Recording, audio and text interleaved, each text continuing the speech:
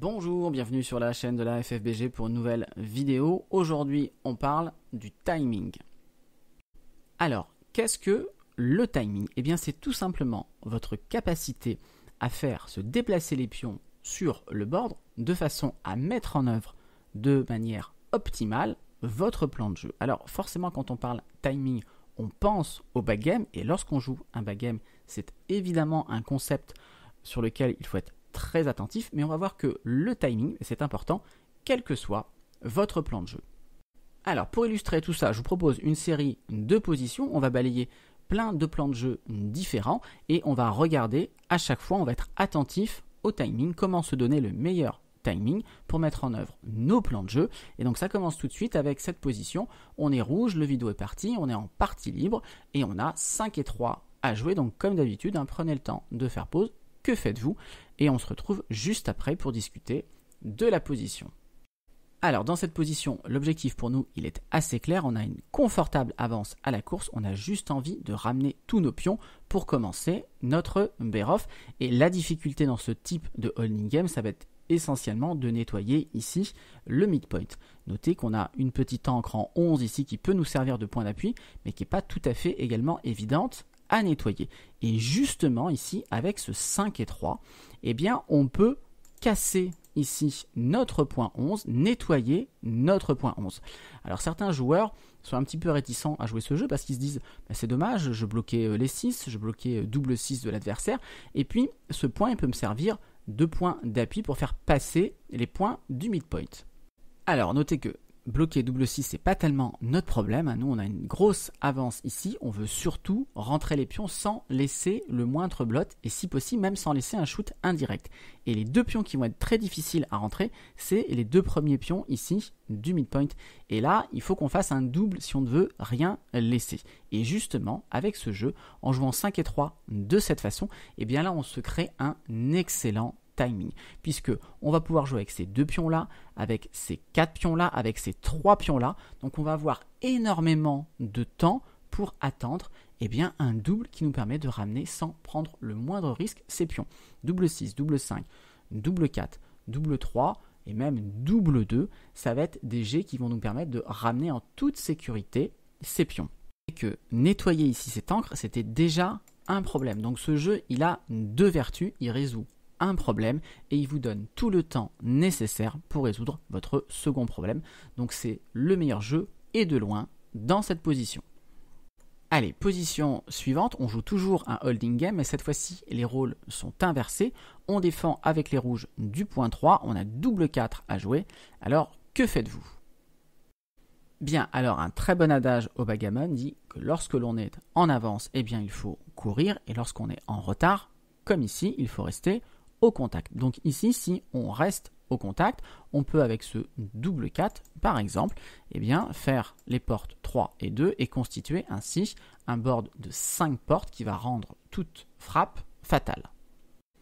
Alors le problème de ce jeu, c'est qu'il vous laisse un très mauvais timing. Qu'est-ce qu'il va se passer dans les tours à venir?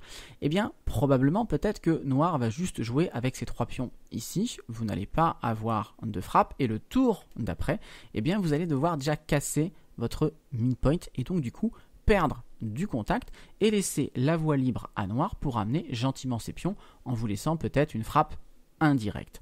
Donc ici, notre plan de jeu qui consiste à maximiser le contact, n'est pas du tout optimisé.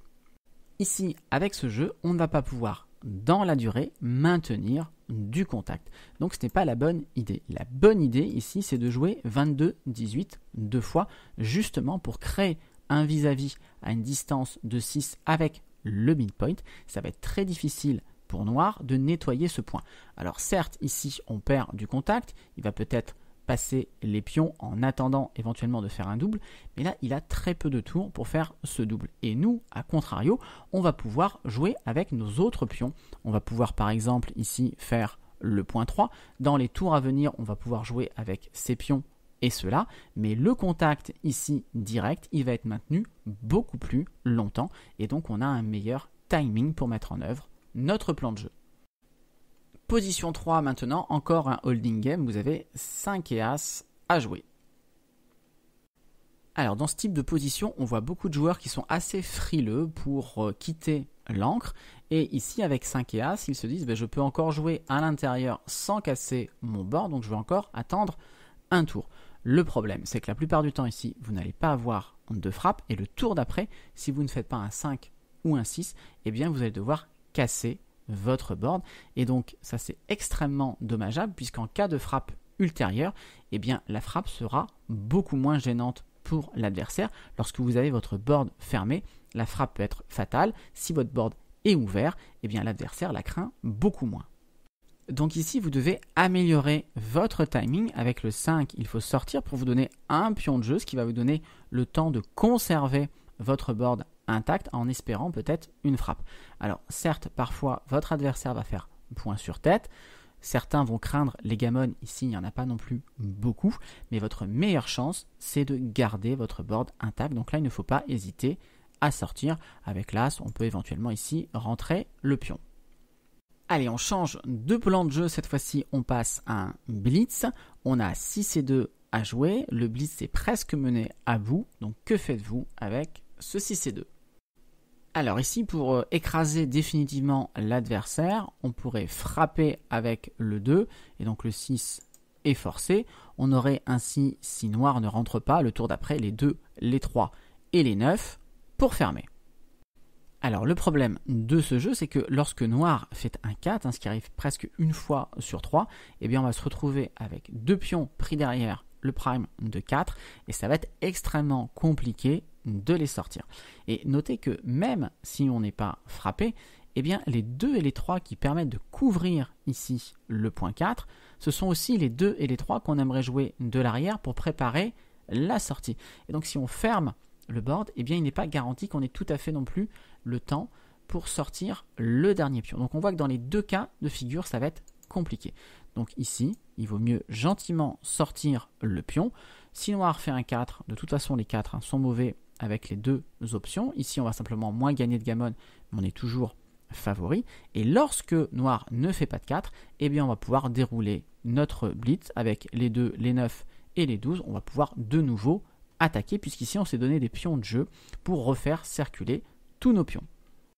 Alors évidemment, on ne peut pas faire une vidéo sur le timing sans mettre une position de backgame, donc la voici. Vous avez 6 et 2 à jouer.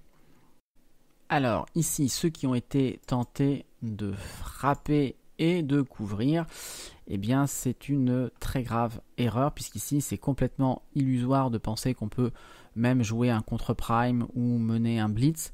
On a trop de pions pris derrière un prime de 5. 6 et 2, c'est un excellent jet pour remettre en jeu le pion arrière, pour faire circuler, se donner un peu de timing, sachant que le timing ici dans cette position est déjà très mauvais. On n'a que 59 pips de retard. On préférerait dans cette position avoir une centaine de pips de retard. Donc ici, il faut absolument sortir le pion. Vous aurez tout le temps d'avoir une frappe plus tard si vous avez réussi à maintenir ici votre board, si vous avez réussi à garder un bon timing. Donc ici, il ne faut surtout pas frapper. Refaites circuler. À la limite, être frappé ici, faire gala, c'est peut-être une des meilleures séquences qui puisse vous arriver.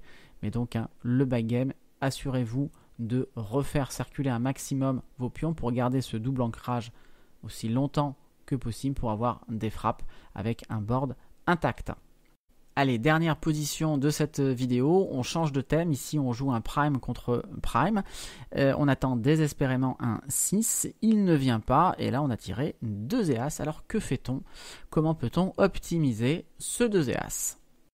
Bien, alors dans cette position, on a une hantise. C'est de ne pas faire le 6, de rentrer les pions, de voir son board craquer, de voir noir rentrer les pions et prendre la maîtrise de l'outfield. Alors, pourquoi est-ce que cette position intervient dans cette vidéo sur le timing? Les 6, on ne peut rien y faire, ils vont sortir ou ils ne vont pas sortir. Qu'est-ce qu'on peut y changer? Eh bien, on peut se donner plus de temps en jouant correctement 2 et As, en rentrant les pions. Alors, quel est l'intérêt ici de rentrer les pions? Eh bien, c'est une manœuvre classique qui va nous permettre de tuer les 5. C'est-à-dire que maintenant, si je tire 5 et As, 5 et 2, eh bien, je ne peux pas jouer le 5 puisque le 5, je ne peux pas jouer avec le pion arrière et maintenant je ne peux pas le jouer non plus de ce côté du board. Or, si je ne rentre pas les pions, si je joue quelque chose comme ça, les 5, ils vont aller s'entasser ici sur le point 2 et malheureusement, on va craquer beaucoup plus vite le board. Donc ici, ça c'est une manœuvre assez classique dans les jeux de prime contre prime, arriver à tuer certains numéros. Donc avec cette manœuvre, je vais m'offrir plus de G pour faire mon 6. Quand je vais faire le 6, je vais sortir. Quand je vais faire le 5, 5 et 2 par exemple, je ne vais jouer que un seul 2. Maintenant, seuls les 4 vont dégrader un peu le board. Et puis l'autre intérêt de ce jeu, c'est sur le long terme, on va avoir une position beaucoup plus souple quand on va devoir faire notre bear-off contre le point As. Et donc on diminue également les chances d'être frappé bien plus tard dans la partie. Voilà, c'est tout pour cette vidéo. J'espère que pendant vos prochaines parties maintenant, vous allez essayer de vous donner le meilleur timing possible. Évidemment, pour cela, il ne faut pas penser les positions de façon statique, mais regardez plutôt de manière dynamique comment est-ce que cela va évoluer et donc anticiper les problèmes, vous donner le maximum de chances de développer votre plan de jeu.